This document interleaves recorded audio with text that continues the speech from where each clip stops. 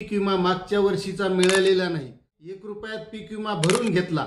आता शेतकऱ्यांना वाटतंय आपले काही पैसे गेले नाही, शेतकऱ्यांनी तेवढेच आनंद मानत आहेत।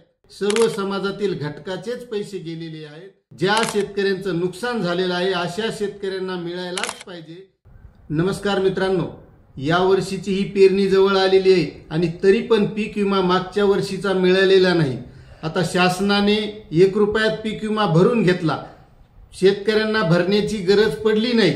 आता शेतकऱ्यांना वाटतंय आपले काही पैसे गेले नाही, गेलेत शासनाचे, आपला काय रुपयाच गेला आणि भरायचे जे काय असतील ते असे शेतकऱ्यांनी तेवढेच आनंद मानत आहेत।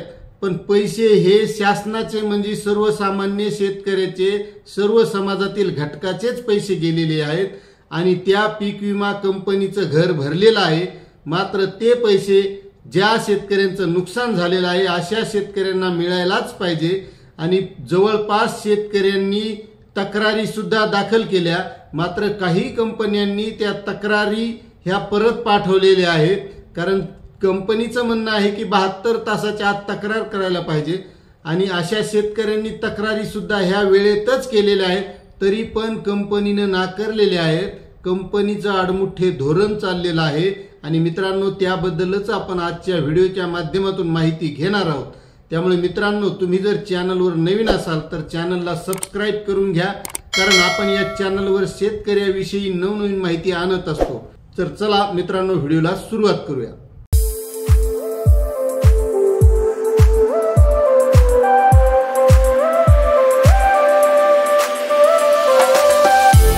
तर शेतकरी मित्रांनो, मागच्या वर्षी म्हणजे 2023 मध्ये शेतकऱ्यांनी 1 रुपयामध्ये पीक विमा भरला आणि पीक विमा भरण्याचं प्रमाणही वाढलं, कारण शेतकऱ्यांकडे अगोदरच पैसे नसतात, पीक विम्याची रक्कम मोठी होत असते, मग भरायला पैसे नसल्यामुळे आणि नेमका तो भरण्याचा टाईमही असा येतो की नेमकीच पेरणी झालेली असते आणि शेतकऱ्याजवळ पैसा नसतो। मात्र शासनाने तेवढी मदत ही शेतकऱ्यांना केलेली आहे की 1 रुपयात पीक विमा भरून घेतला आणि बाकीची रक्कम ही शासनाने भरली। आता शासनाने जरी भरलेली असली तरी तो सर्वसामान्य शेतकऱ्यांचा, सर्वसामान्य समाजातील घटकाचा पैसा आहे आणि या कंपन्या ज्या आहेत, तर पूर्वीच्या काळी कसं होतं की एकच शासकीय कंपनी होती, मात्र आता वेगवेगळ्या जिल्ह्यांसाठी वेगवेगळ्या खाजगी कंपन्या आहेत आणि या कंपन्यांचं हे आडमुठे धोरण चाललेलं आहे। कारण ज्या वेळेस राज्य सरकारनं पैसा भरला नव्हता त्यावेळेस 25% अग्रिम लवकर मंजूर करायला या कंपन्या तयार नव्हत्या।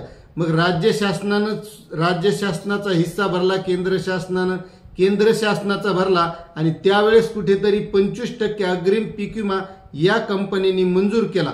आता तोही सर्वच शेतकऱ्यांना मिळाला अशी काही परिस्थिती नाही, काही शेतकऱ्यांना मिळाला, काही शेतकऱ्यांना मिळाला नाही।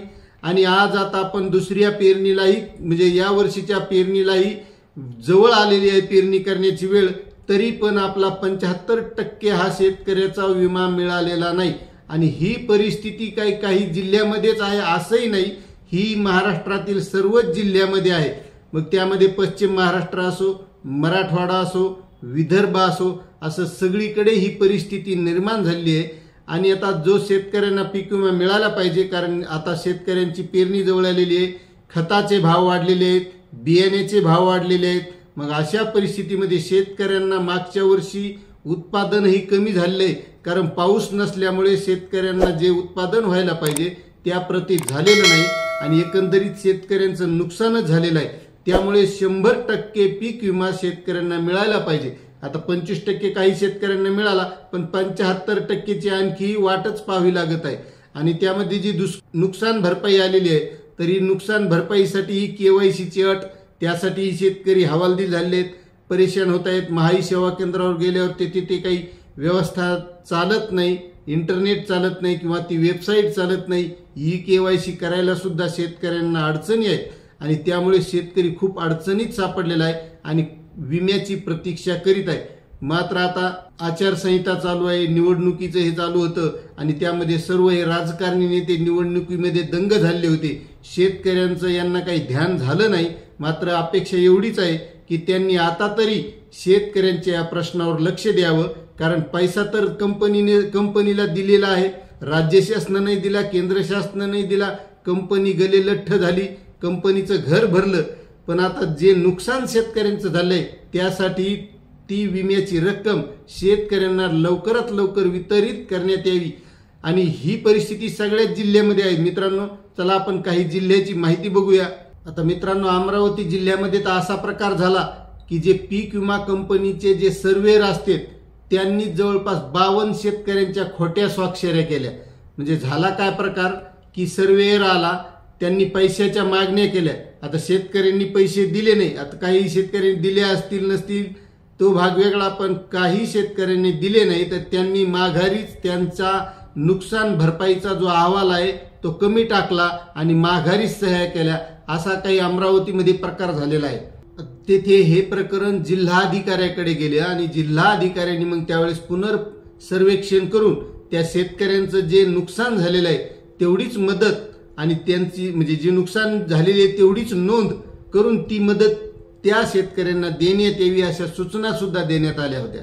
त्यानंतर मित्रांनो, गोंदिया जिल्ह्यामध्ये तर 2,40,547 शेतकऱ्यांनी पीक विमा योजनेअंतर्गत 1 रुपया भरून पीक विमा भरला, पण तेथे फक्त 19,353 शेतकऱ्यांना नुकसान भरपाईसाठी पात्र ठरवले.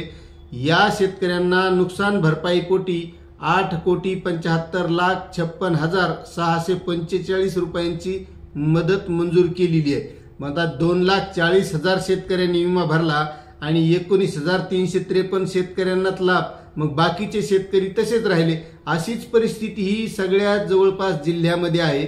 यासाठी कोणी आवाजही उठवायला तयार नाही आणि जेथे आवाज उठवला तेथे मग जिल्हाधिकाऱ्यांनी त्यांना त्या शेतकऱ्यांना किंवा त्या कंपनीला तसे आदेश दिलेले आहेत. आणि छत्रपती संभाजीनगर जिल्ह्यात जवळपास 50% शेतकऱ्यांना पीक विम्यापासून डावललेलं आहे. 45,000 शेतकऱ्यांनी गेल्या वर्षी खरीपाचा पीक विमा काढला असताना प्रदीर्घ प्रतीक्षेनंतर तालुक्यातील 22,574 शेतकऱ्यांचाच बँक खात्यावर 7,90,64,00,000 रुपयांची रक्कम जमा करण्यात आलेली आहे. मात्र अशी परिस्थिती ही सगळीकडेच आहे. सर्वच शेतकऱ्यांना असा काही पीक विमा आलेला नाही. काही शेतकऱ्यांना आला, काही शेतकऱ्यांना आला नाही आणि शेतकरी याच्यातच खुशी की आपला काय 1 रुपयाच गेलाय. पण मित्रांनो, 1 रुपया जरी आपण भरलेला असला तरी शासनाने जे पैसे भरलेत ते सुद्धा आपलेच होते, सर्वसामान्यांचेच होते. त्यामुळे हा पीक विमा सर्वांनाच आला पाहिजे. आता एवढीच प्रतीक्षा आहे की आता हे निवडणुकीचे निकाल लागल्याच्या नंतर हे राजकीय नेते, सत्ताधारी किंवा सरकारमधील नेते हे आता पुढे काय करतात एवढंच बघावं लागणार आहे मित्रांनो. अशी माहिती होती. अशाच नवनवीन माहितीसाठी भेटूया नवनवीन व्हिडिओमध्ये. तोपर्यंत धन्यवाद.